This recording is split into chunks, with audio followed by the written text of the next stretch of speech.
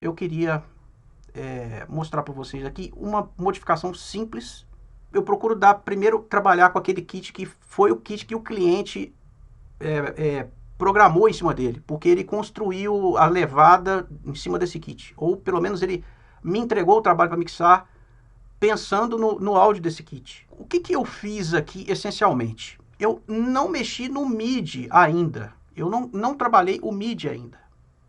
Eu fui primeiro para uma alteração que é simples e muitas pessoas às vezes não fazem, que é alterar o pitch da peça. O pitch da peça, ele até certo ponto, um pouco que você altera para baixo ou para cima, parece que o som da peça encaixa mais dentro da música. Obviamente, nós estamos mexendo com afinação. Seria como você estar afinando a bateria que você vai gravar, levando em consideração notas de ressonância dos tambores para que aquilo fique melhor e soe melhor na gravação. É o tipo de coisa que é especialmente difícil de se fazer com uma bateria de verdade, mesmo porque não é muito simples você ficar num estágio de gravação com um áudio tocando de pré-produção e você escutando a bateria e gravando e afinando a bateria. Para isso você precisa de um tunebot ou então conhecer bastante o tipo de pele que você está usando e ter um tension watch ou alguma coisa assim, para você conseguir colocar a pele na tensão correta para dar aquela ressonância correta, simpática à música que está rolando, tá? Então, o que eu fiz com a caixa? A caixa original, ela é isso aqui, ela está no 0 aqui, tá? Eu vou colocar para tocar a caixa original e o bumbo original, tá? Esse bumbo alterado está aqui. Vou colocar o bumbo no original, tá? E vou colocar a caixa no original e vou deixar rolar para vocês verem o som desse trecho aqui. Deixa eu abaixar um pouco aqui, porque senão vai dar um estouro aí. Vocês estão vendo que eu não estou com nenhum plugin, né? Eu comecei a trabalhar as vozes, porque as vozes, para mim, são o mais importante, principalmente aqui, nesse caso, tá? Então, esse trecho tem as guitarras e tem guitarras, teclado e baixo, tá?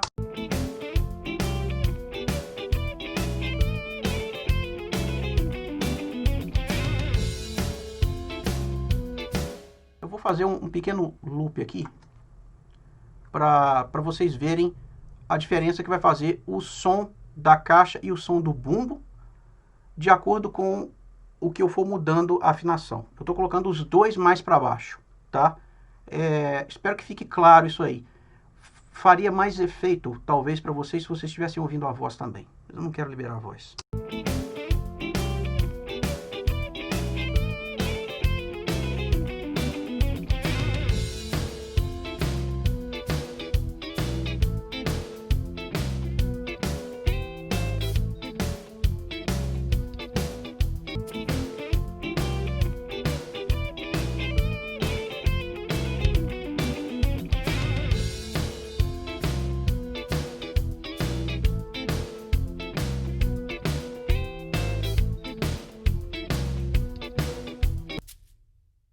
Deu para sacar como um pouco da afinação do bumbo para baixo e um pouco da afinação da caixa também para baixo colocou o instrumento mais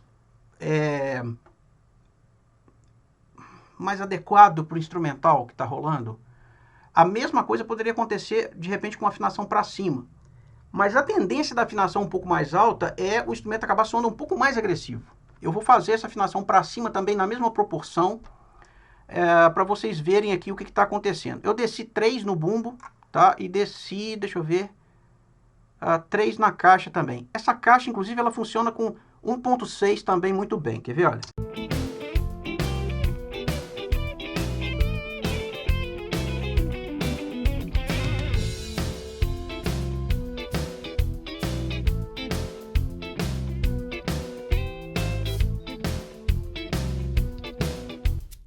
Sacaram? Deu para perceber essa diferença aí? Espero que talvez na pós-produção, na hora de editar esse vídeo, eu coloque o instrumental um pouquinho mais alto, mas eu estou tô tentando me precaver aqui com relação ao áudio clipar ou estourar para vocês, para não atrapalhar tudo, porque eu ainda estou gravando com esse microfone da câmera e captando o áudio também da máquina. Então vamos ver o que dá isso aí. Então eu vou jogar para cima agora. Então eu vou zerar aqui, tá? Tô zerando a caixa e zerando o bumbo. E vou jogar para cima agora, tá? Observem a afinação indo para cima. Como parece que o som da caixa e do bumbo fica um pouco mais agressivo, por conta da afinação um pouco mais alta, tá?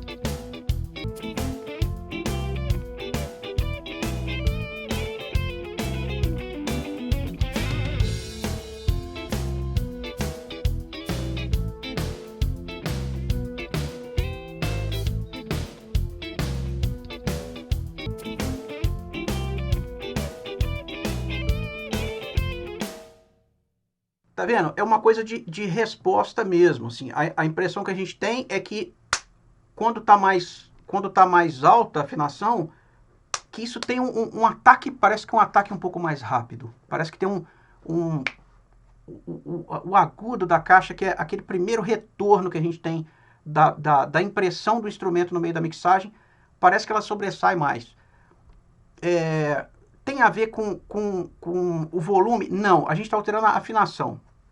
Tem a ver com a interação do instrumento com os outros instrumentos, tá? E a bateria, talvez, bateria e elementos de percussão, talvez seja o único instrumento que dê pra gente fazer isso, porque, na verdade, os outros instrumentos todos têm uma afinação explícita, né? Estão dentro de uma tonalidade definida, né? Baixo, teclados, guitarra. Então, no caso de um instrumento de percussão, né, como a bateria, por exemplo, ou alguns tambores, bongos, timbales, esse tipo de coisa, seja possível fazer essa alteração do pitch para a gente conseguir fazer o instrumento ficar mais adequado para o que a gente está escutando. A afinação é importante para a gente conseguir chegar o mais próximo possível do instrumento soar bem na mixagem. Isso é um recurso muito valioso e é um recurso que, para você conseguir isso com o som de uma bateria gravada, é um pouquinho mais chato, mas é possível de ser feito. Você usa um plugin de pitch.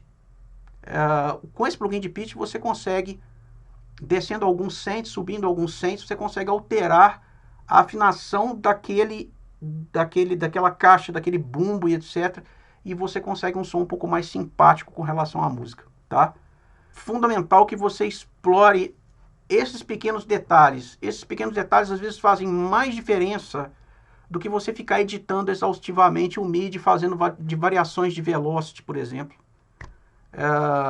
Essas alterações de velocity vão se traduzir essencialmente no volume com que a peça toca, se ela toca um pouco mais alto ou se ela toca um pouco mais baixo. É interessante às vezes em chimbal, isso, em pratos, isso é interessante, em levadas de prato é interessante.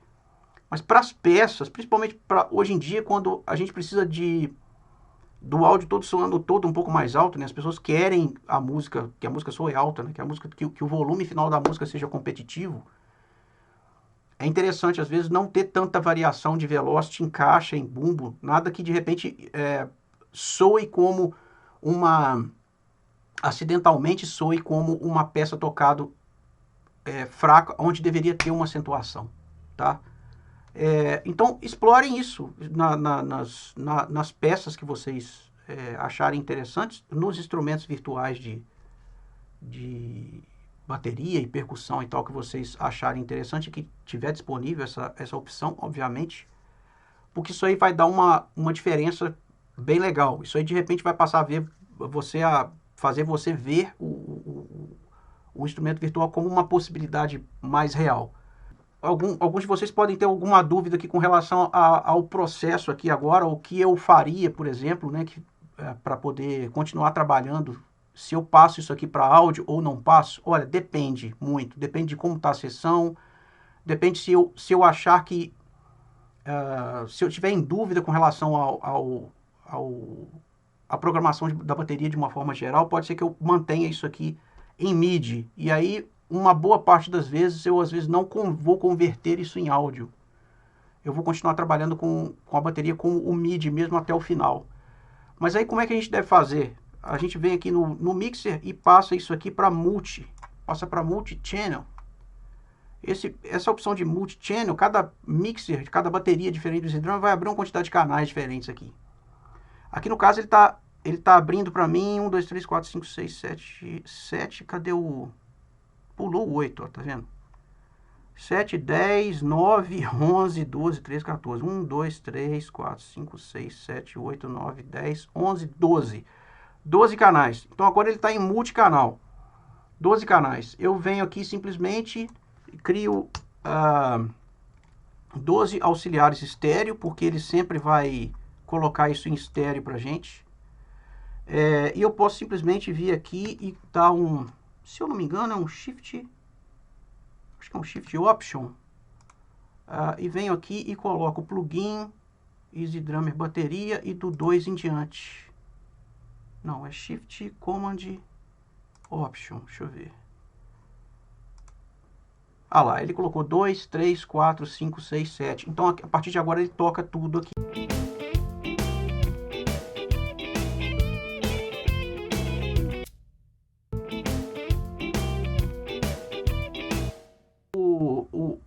A saída principal do instrumento fica sendo o bumbo. Você pode renomear isso aqui como você quiser. E aí é só você conferir quais são os auxiliares que estão sendo utilizados ou quais os que não estão sendo utilizados. 13 e 14. Realmente aqui o 3 então tá sobrando. Então é um a menos aqui, ó. Esse aqui que tá indo para lá. E agora o processo é renomear isso aqui. E aí você pode passar a tratar todos esses auxiliares normalmente como se fossem canais de áudio. Você vai colocar plugin ali do mesmo jeito, vai botar os sends neles para poder jogar para reverb, fazer grupo de compressão paralela, apesar de ter aqui uma opção de compressão aqui. Você pode ver como é que isso aqui está soando e ver se é do seu agrado ou não. Provavelmente não. E alguns desses aqui pode ser até que eu tire fora, que eu não me interesse, por exemplo, em usar esse comp ou usar esse reverb daqui, eu posso simplesmente tirar. A outra coisa que de repente é interessante é você zerar todos colocar tudo aqui em 0 dB, né? Colocar todos os faderzinhos aqui em 0 e você mixar usando o outro ali, tá? Porque isso vai alterar também a forma como os seus plugins estão recebendo esse áudio. Então é bom que você receba esse áudio todo igual, todo constante, e você passe a fazer a mixagem aqui, usando os volumes e os pans e etc aqui, tá? Vocês podem ver outra coisa também, por exemplo, tons. Os tons todos estão juntos, né? Não te dá o recurso de colocar, por exemplo, tom 1, tom 2, tudo em auxiliares separados, né? Isso aí limita um pouco a coisa. Por isso é que é interessante, às vezes, você ficar com o MIDI um pouco mais de tempo, porque, de repente, se você precisar editar especificamente algum tambor, você tem como fazer isso ainda no MIDI, tá?